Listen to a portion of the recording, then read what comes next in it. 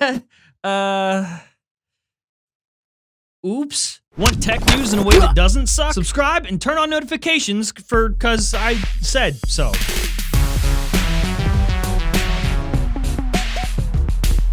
Hello there, and welcome back to Front Page Tech, of course, the show that gives you all the latest tech news. One geek that is me to another that is you. Happy Monday. Hope you had a great weekend. It was crazy. Usually nothing happens on the weekend. There's no tech news on the weekend, but a lot of stuff happened over the last couple days. It's like Tech News Jesus just opened up his butthole and tech newsed us. Okay. Let's get started. All right, gotta tell you, today's show is kind of juicy. We're gonna start off with the first story. Story numero uno for the day.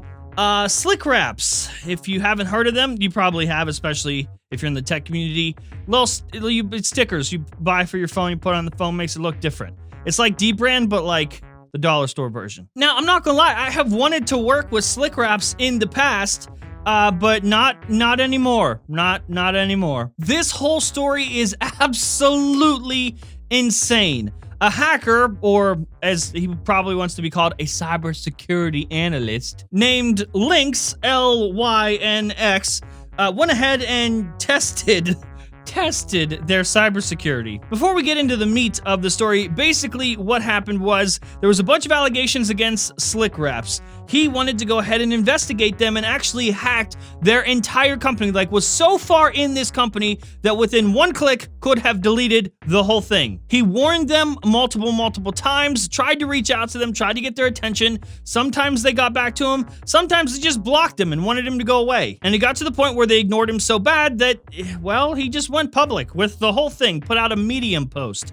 which has now been taken down. In fact, that post got taken down, his Twitter got suspended. As far as I know, his Twitter is back up, so that's good. But this got really bad. So he was following up on suspicions that Slick Wraps had terrible customer service, they had faked giveaways. Another big allegation was that they used bot accounts to try to promote themselves, like they just made a bunch of bot Twitter accounts, and that's just been how they go about their business, I guess. And Slick Wraps security is just god-awful, like so bad. And he tried to warn them of this.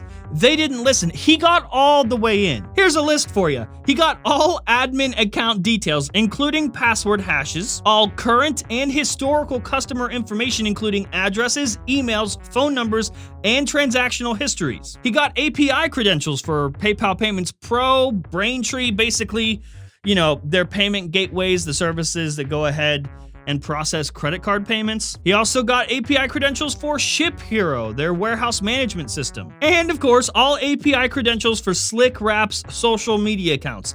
This includes, like, all the way access to Facebook, Twitter, and Instagram accounts. I mean, he went as far as to post their balances that Slick Wraps as a company has made throughout the last several months. Like, it's crazy, down to the dollar posted the amount that they're making. Now, you might be assuming that he did this with like ill intent in mind or to get money from Slick Wraps, but that's not at all the case. He tried to reach out to them multiple times. They blocked him on multiple occasions, even though he made it very clear that their security is at risk. When they discovered that he was getting into their system, they tried to cover up all the tracks so none of this stuff went public, and then eventually he got fed up. Slick Wraps even asked if he wanted a bounty, if they could pay him, and he said no. He just wanted the information to be made public. Because if you don't know, it's kind of against the law not to disclose a massive data breach like this. When essentially everybody's information has been breached, that's when you go ahead and, I don't know, make a statement, put out a couple emails, but they absolutely ignored it until he exposed them and went public with the information. Of course, now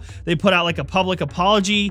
It's weird, but they did it. The company as a whole is just so sketchy, and that's becoming more and more clear now. In fact, they're probably sketchier than we think. This next part, I never thought I would tell you guys. I never thought I would go public with this information, but here you go. At one point, a few months ago, Slick Wraps, I assume their CEO, reached out to me via Twitter and tried to like get me to make like an expose video against D-Brand. Like, at one point, they were, like, nudging me to make a D-brand hit piece. Like, they wanted me to expose that the later case was, like, being shipped from D-brand, and just a bunch of other stuff that they gathered and wanted me to basically expose D-brand for. Now, I'm not sure how much of the conversation I can show you without getting in trouble, so this is it for now. They messaged me that after we had made the, like, Lou later case controversy videos.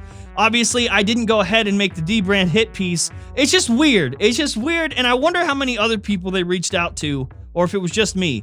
I don't know. They're a sketchy company, and it's becoming more and more apparent now. Don't buy stuff from Slick Wraps, okay? Don't do it. Don't do it. There you go. There's your endorsement, Slick Wraps. All right, so jumping into the last bit of today's show, over the weekend, if you missed it, I kind of leaked every Apple product that they were planning to announce or launch in March. Now, since it was the weekend and we don't work on the weekends, you probably had to read this somewhere in an article. But don't worry, I'm gonna tell you right here on today's episode, because we know you don't read other tech news articles, right? You're not like cheating on us or anything, right? You only get your news from this show, right? I'm just kidding. Right? Okay, so on Twitter on Saturday, if you don't follow me there, well, you really missed out here. I posted this in the morning sometime. Effectively, what happened was some Target employees had reached out to me. In fact, one in particular was looking for Airpods 2 for a customer in the store. And when he pulled up Airpods 2, another listing came up for this. Apple AirPods X generation, priced at $399.99. $400. Now, in my tweets, I went ahead and mentioned that this is potentially Apple's over-ear Studio Pods headphones. These have been rumors that we've been hearing for a couple years now that Apple has been working on over-the-ear premium, use that term lightly, headphones. And $400, though it sounds kind of nuts, seeing as AirPods Pro are like $250, yeah, a full, like, over-the-ear style headphone from Apple, probably gonna be $400. Now, I think AirPods X would be a cool name, but this most likely isn't the name. In fact, I had mentioned that this is probably just a placeholder in their system until the real product is announced. Now, Apple Insider, when they went ahead and covered this story about my tweets, they reached out to Target employees, and they basically confirmed that, yeah, most of the time before products are announced, they do use placeholder names for those products before a major announcement. And because the products are in Target's system, that more than likely means that they're gonna launch within a month at least, making it just in time for that March event. But once I put this out, it started an avalanche of product leaks, because then other Target employees started looking in their systems for other products. They started finding other X generation products, or products that use that X placeholder name. I put out this tweet as well. Also in the system is an Apple iPod Touch X generation, priced at $399. Now you might be asking, what the hell? Why are we getting a $400 iPod Touch? That, my friends, not an iPod. That iPod Touch X generation name is just a disguise for what is going to be probably the iPhone 9, 2020 iPhone, new iPhone, whatever. That iPhone that we know we're getting this month, well, at least in March, for $400. Now, this isn't some crazy like system error or anything like that. These products were put in pretty much all at the same time in the system, in the Target system, about like 3 days ago. So they were recently put in, presumably for a launch within the next month. Also in the system was an Apple iPad 10.5-inch Wi-Fi only X generation. Now, I was told that that iPad is in the system as a display model, which is why it's priced at free, $0. Now, in my tweet, I said that that iPad is most likely the new iPad Pro that we're expecting. Then Forbes covered this, and in their article, they disagreed with me because the iPad Pro doesn't come in 10.5-inch, or at least that's not what we should expect. And sure, I guess there's a chance that they're right about that, but when I'm saying it's the iPad Pro, I'm not saying that it's going to be a 10.5-inch iPad Pro. Along with all of these devices, as I said, those names are just disguising the real thing, they're placeholders, so that size probably isn't even accurate. It's probably the iPad Pro, probably not 10.5-inch. At all. Like I said, because of all this, a bunch of other Target employees went digging, and some gave information to 9to5Mac. And those employees also found listings for Apple TV and Apple Watch bands, new Apple TV, new Apple Watch bands. Now, those are in the system as Apple Watch Series X band. Now, along with this information, I was also able to get how many SKUs for these products are in the system. For example, those Apple headphones, over-the-ear headphones, there are 3 SKUs all listed at $399, $400. So we can assume that it's going to come in 3 different colors. Those headphones will come in 3 different colors: space gray, silver, gold, whatever. The new $400 iPhone that's listed is Apple iPod Touch X generation. That comes in 6 different SKUs.